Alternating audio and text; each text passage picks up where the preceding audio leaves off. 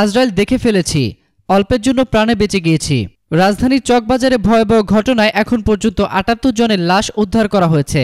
এর মধ্যে বেশ কিছু লাশ পুড়ে কয়লা হয়ে গিয়েছে। নিহতদের দেখে পরিচয় শনাক্ত করার কোনো উপায় নেই। অগ্নিকাণ্ডের ভয়াবহতা থেকে প্রাণে বেঁচে যাওয়া একজন হলেন আহত রিকশাচালক নূর আলম। ভয়াবহ সেই অগ্নিকাণ্ডের বর্ণনা দিয়েছেন রিকশাচালক নূর আলম। তিনি বলেন, রাত 10:30টার দিকে চকবাজার এলাকার নন্দকুমার দত্ত রোড দিয়ে রিকশায় যাত্রী নিয়ে যাচ্ছিলাম। তখনই বিকট শব্দ শুনতে পাই। ওই সময় আমার রিকশার উপর ভেঙে পড়ে ভবনের দেওয়ালের কিছু অংশ। নূর আলম বলেন, আমার ওপরে পড়ার সঙ্গে সঙ্গে রিকশা থেকে পড়ে যায় আর যাত্রীরা গিয়ে পড়ে রাস্তার ড্রেনে। আহত নূর আলম আগুনের ভয়াবহতা বর্ণনা করে আরও বলেন, দেওয়ালের অংশ পুড়ে মাথা ফেটে গেলেও তখনও আমার জ্ঞান ছিল। এরপর আমি ফোনে পাশের এক আত্মীয়কে জানাই। পরে ওই আত্মীয় ঘটনাস্থলে এসে আমাকে ঢাকা মেডিকেল কলেজ হাসপাতালে নিয়ে যান।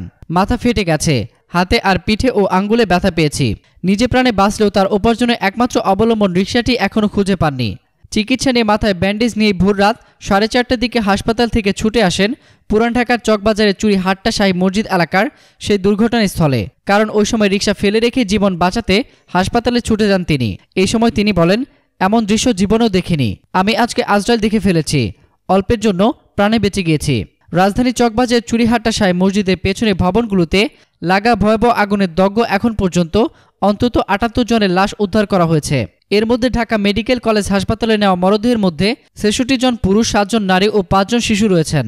এর আগে গতকাল রাত 10:38 শুরু হওয়া আগুন 1:05 মিনিটে নিয়ন্ত্রণের বাইরে চলে যায়। ভয়াবহ আকারে ছড়িয়ে পড়ে আশেপাশের 5টি বিল্ডিংয়ে। ফায়ার সার্ভিসের 37টি ইউনিট 4 ঘন্টার মতো কাজ করে আগুন নিয়ন্ত্রণে নেয়। এই ঘটনায় দগ্ধসহ আহত কমপক্ষে অর্ধশত ব্যক্তিকে ইতিমধ্যে ঢাকা মেডিকেল কলেজ হাসপাতালে নেওয়া হয়েছে। এতক্ষণ ফ্রিকি নিউজের সঙ্গে থাকার জন্য আপনাদের সবাইকে ধন্যবাদ।